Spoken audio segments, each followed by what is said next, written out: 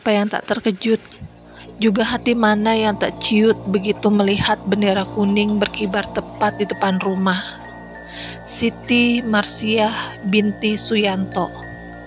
Tubuhku melemas seketika usai membaca nama lengkap ibu yang tertulis di bendera duka tersebut. Aku tinggal di lingkungan padat penduduk.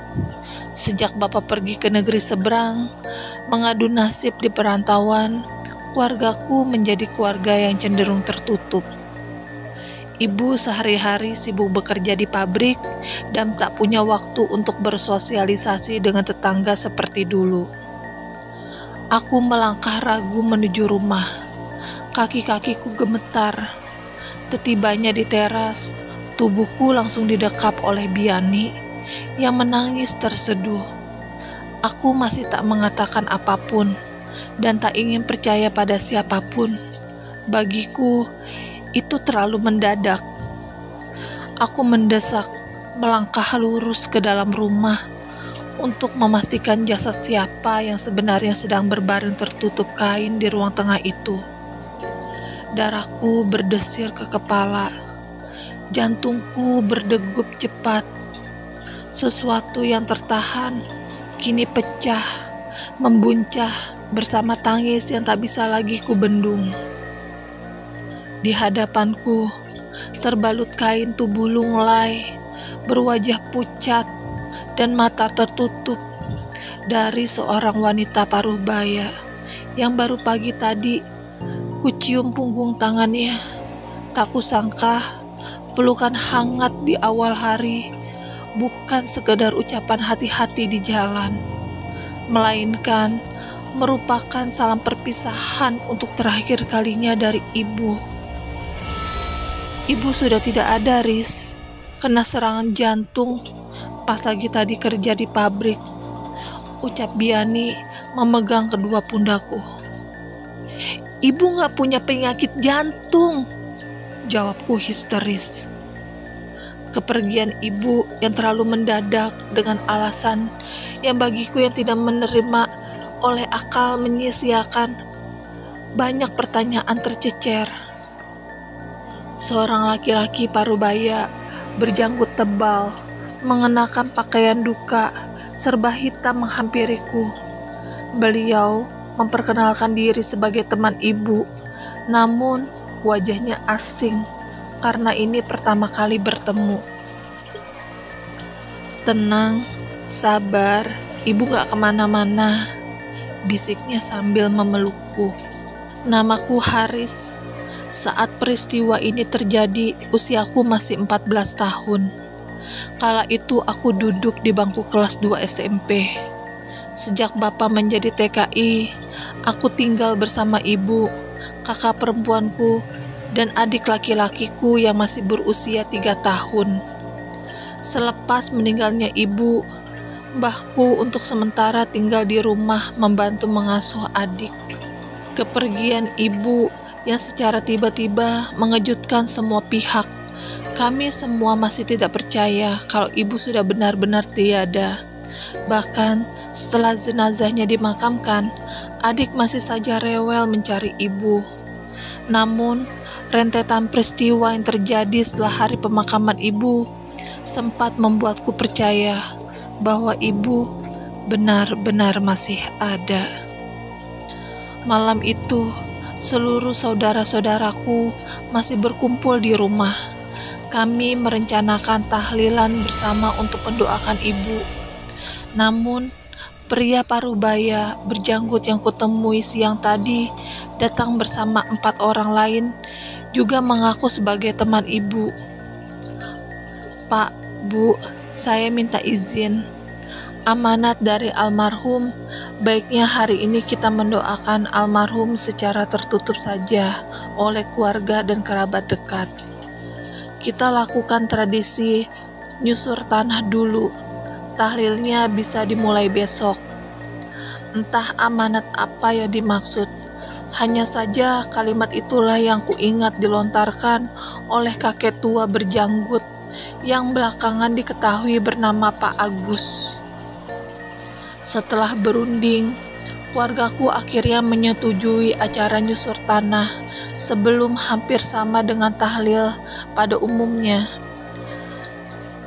Namun biasanya dilakukan secara intim atau tertutup tepat di hari orang tersebut meninggal, dan ditambah ritual budaya tersebut yang ikut disematkan. Di keluargaku tidak ada yang pernah melakukan nyusur tanah. Maka dari itu pimpinan acara diserahkan ke Pak Agus untuk mengimami prosesi nyusur tanah. Di antara rekan-rekan lainnya, Pak Agus nampak sebagai sosok yang paling dituakan. Mereka terlihat memanuti dan segan kepada Pak Agus. Selepas Isya, acara nyusur tanah pun dimulai. Pak Agus membakar buhur sebagai pembuka, yang mana aromanya begitu semerbak, menambah kesan sakral. Ayat-ayat doa dikumandangkan, tentu ditunjukkan untuk almarhum ibu. Kami semua hikmat dalam duka. Namun, malam itu aku merasa suasana menjadi mencekam dan ada segetir takut yang mencuat.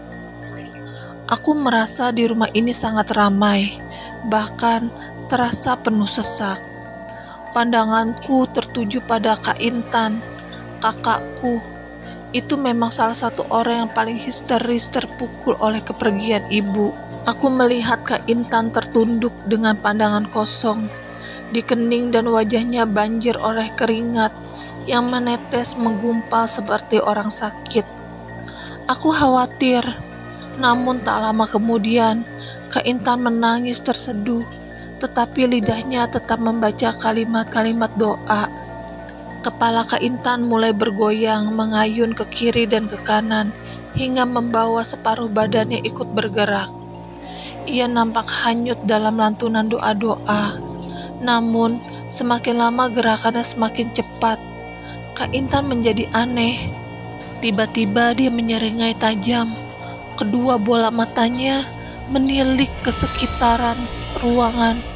Suara lantunan doa Kak Intan semakin keras dan sangat fasih, bahkan tanpa membaca buku panduan kitab. Sebaliknya, suara Pak Agus menjadi kecil dan semakin lama tak terdengar lagi. Dia justru memperhatikan Kak Intan. Suara dan gerakan tubuh Kak Intan semakin cepat, tak terkendali. Pak Agus kemudian dengan sigap menghampiri Kak Intan dengan memegang kepalanya. "Intan," Pak Agus mencoba mengajak Kak Intan berbicara. Semua pasang mata teralih kepada Pak Agus dan Kak Intan. Seketika mereka berhenti mengaji dan suasana menjadi hening. Namun Kak Intan menongakkan kepalanya balik menatap Pak Agus.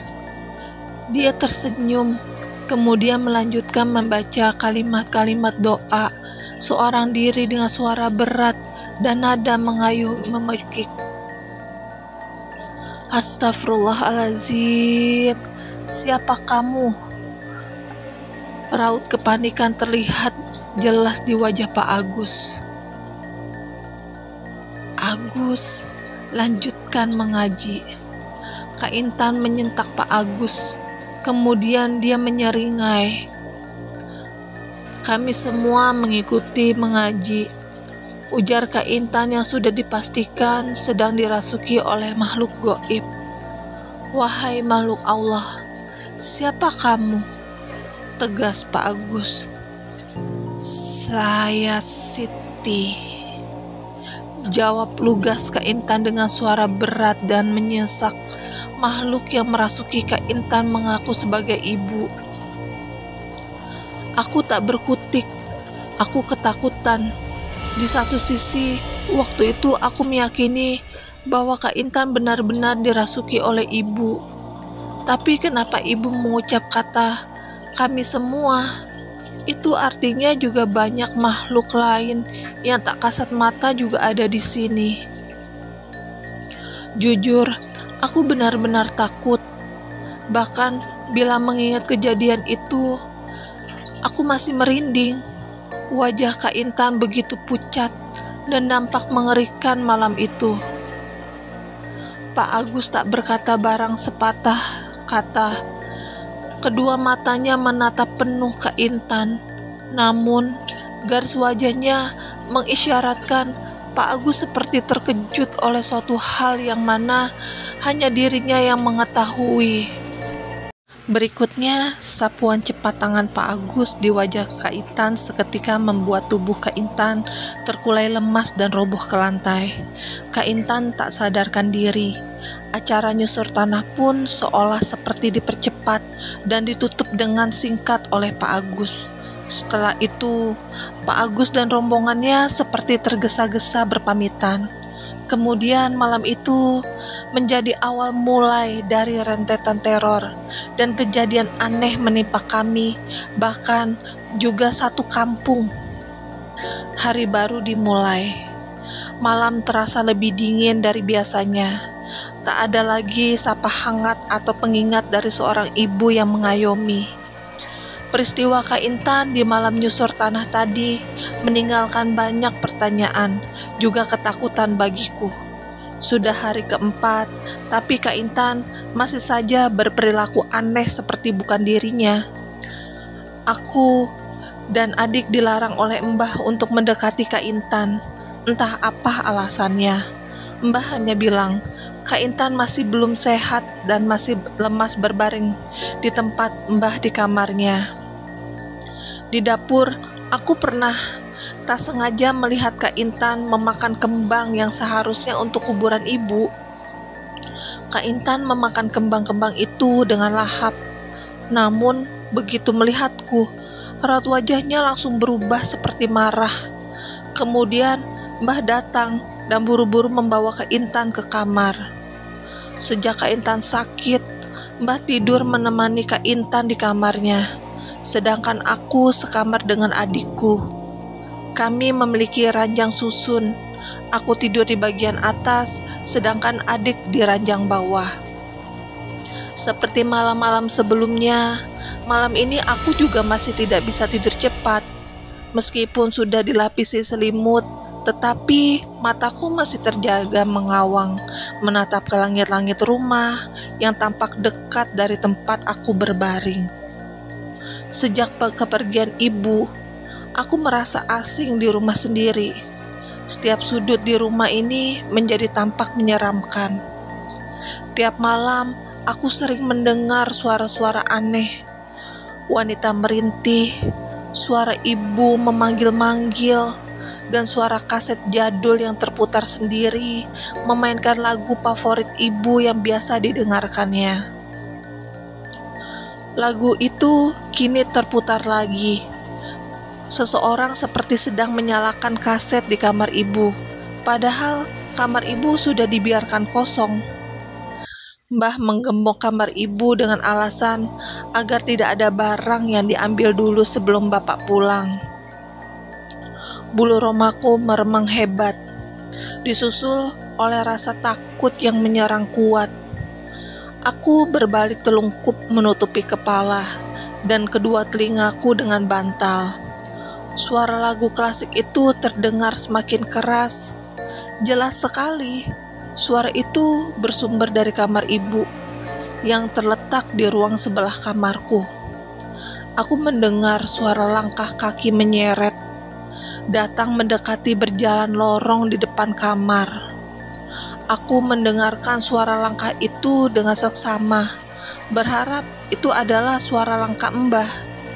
Suara langkah itu berhenti tepat depan pintu kamarku. Aku menunggu beberapa saat, tetapi kenapa tidak ada yang masuk? Aku merasa seperti ada orang yang berdiri di depan pintu kamarku. Mbah, Kak Intan, Mbah. Aku memanggil-manggil, namun tidak ada jawaban apapun. Suara engsel pintu terdengar membuka pintu perlahan. Aku mengintip. Pintu memang terbuka setengah, namun tak ada siapapun. Terdengar lagi suara langkah kaki cukup keras, namun Suaranya berjarak, terkesan bertempo lambat. Aku balik menutupi wajahku lagi dengan bantal. Namun, lagu-lagu suaranya berhenti di depan pintu kamarku. Aku menoleh lagi. Beberapa terkejut aku dari balik selap pintu. Yang terbuka setengah berdiri sosok pocong berwajah hitam yang menatapku dengan tajam. Sosok pocong itu lebih tinggi dan lebih besar dari ukuran manusia pada umumnya. Hal itu membuat wajahnya seraya garis lurus sejajar denganku yang ada di atas ranjang. Tubuhku lemas. Aku ingin berteriak keras, namun sulit sekali untuk bersuara. Badanku mematung kaku. Satu-satunya hal yang aku lakukan ialah hanya membalikkan kepala menutupi wajahku dengan bantal. Nafasku tersengal-sengal, berderu cepat. Aku benar-benar panik dan ketakutan.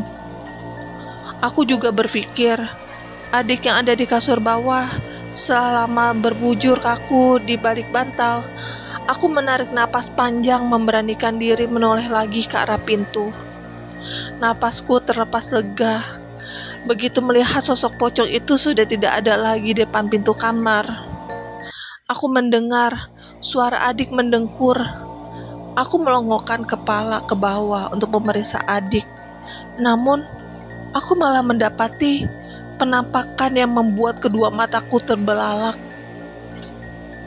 Ada sosok ibu yang sedang memeluk adik, mengeloninya, dan wajah ibu menatap ke arahku sembari tersenyum menyeringai lebar dengan kedua matanya yang melotot.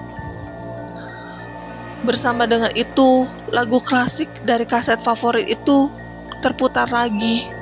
Kali ini, suaranya sangat kencang mengetuk gendang telinga aku. "Mbah!" Refleks mataku terpejam, kemudian berteriak sekencang-kencangnya memanggil Mbah. Suara derap langkah berjalan cepat ke arah kamarku, dan aku mendengar suara adik menangis. Tetapi aku masih tidak berani membuka mata sampai suara Mbah ku dengar menenangkan. "Haris, kenapa?" Mbah menepuk-nepuk kepalaku. Aku membuka mata, lalu turun ke bawah, kemudian menangis memeluk Mbah. Malam itu, aku belum berani menceritakan apapun, tapi aku meminta Mbah untuk tidur bersama kami di kamar. Kami pun tertidur berdesakan di satu ranjang bertiga bersama adik. Namun, malam itu ialah awal mula dari rentetan teror ibu dan belasan makhluk lainnya yang juga ikut meneror seisi rumahku. Terlebih sejak kepulangan bapak ke rumah, teror semakin menjadi-jadi hingga kembalinya Pak Agus yang menyatakan ibu ingin membawa kami satu keluarga untuk ikut dengannya ke akhirat. Tidak hanya keluargaku, tetangga-tetangga kampungku hingga tukang nasi goreng mengaku melihat menampakkan ibu dalam rupa menyeramkan. Teror ini berlangsung selama 40 hari sejak ibu meninggal. Kami meyakini sosok yang mengganggu kami bukanlah ibu, melainkan jin jahat yang memanipulatif.